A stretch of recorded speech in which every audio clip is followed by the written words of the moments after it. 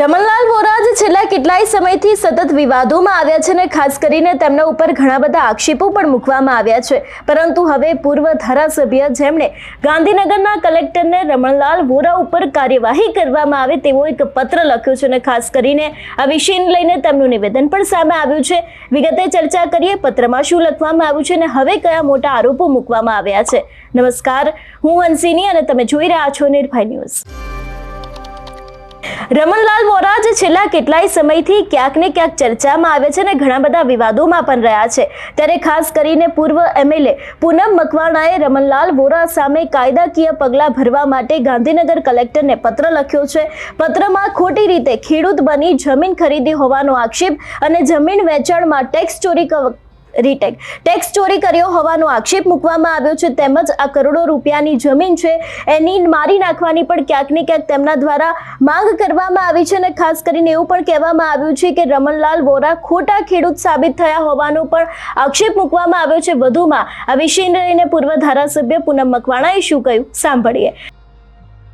વર્તમાન ધારાસભ્ય અને પૂર્વ મંત્રી ખેડૂત નથી એવી અરજી કરી છે। જો કે આ બાબત છે એની શરૂઆત 2004 થી થઈ। 2004માં અમે સાથે રહી અને પાલનની અમે જમીન ખરીદેલી।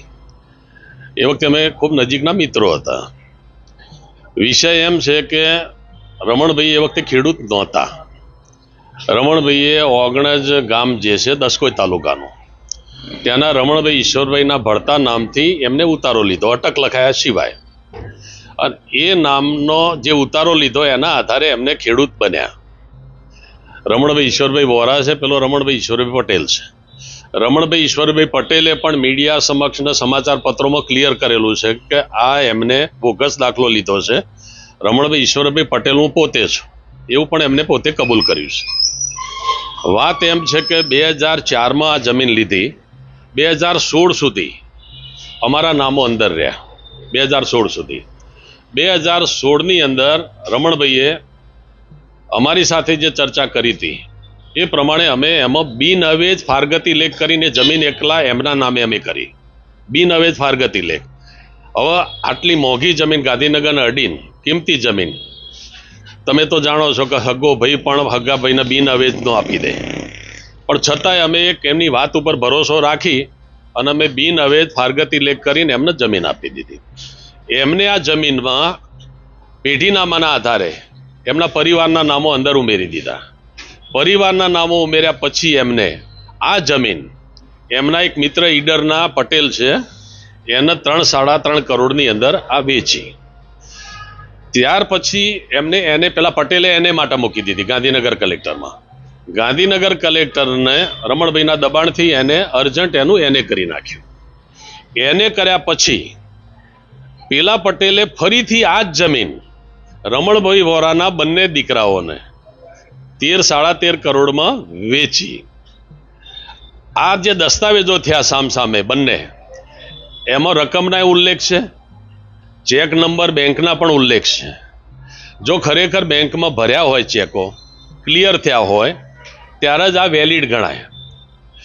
પણ મારા જે મને અનુમાન છે, મને જે માહિતી છે પ્રમાણે આ ચેકો બેંકમાં ભર્યા નથી। બેંકમાં ચેકો ભર્યા હોય અને ક્લિયર થયું હોય, કદાચ ભર્યા હોય અને ક્લિયર થયું હોય તો ક્લિયર થયું તો એના ઉપર ટેક્સ લાગે, સરકારનો ટેક્સ લાગે, અને 13.5 કરોડ એટલે 50% ટેક્સ લાગે સરકારનો। આટલી મોટી રકમ ટેક્સમાં જાય, પણ હું જે માનું છું એ પ્રમાણે આ ચેકો બેંકમાં નહીં ભર્યા હોય એટલે આઈટી રિટર્નમાં આવ્યું નહીં, આઈટી રિટર્નમાં ન આવ્યું એટલે ટેક્સ ભરાય, એટલે આ એક ટેક્સ ચોરીનો સરકારનો ગંભીર ગુનો બને છે, ગંભીર ગુનો બને। મૂળ વાત ઉપર આવીએ તો આ જમીન ખેડૂત નહીં હોવા છતાંય જે બોગસ પ્રમાણપત્ર લીધું એની ચકાસણી અમે જે કરાવી તો ઈડર મામલતદારે પણ જવાબ માંગ્યો, ગાટલોડિયા મામલતદાર, કારણ કે જે ઓગણજ ગામ હતું એ ગાટલોડિયા તાલુકામાં આવી ગયું। ગાટલોડિયા મામલતદારે અમને પણ ગાંધીનગર મામલતદારને પણ પત્ર મોકલીને જવાબ મોકલ્યો છે 5 તારીખે 5/8। એમાં એને પણ ક્લિયર લખ્યું છે કે આ રમણભાઈ ઈશ્વરભાઈ પટેલની જમીન છે, રમણભાઈ ઈશ્વરભાઈ વોરાની નહીં, ઓગણજની જે જમીન છે, એટલે બોગસ ખેડૂતે પુરવાર થયા છે।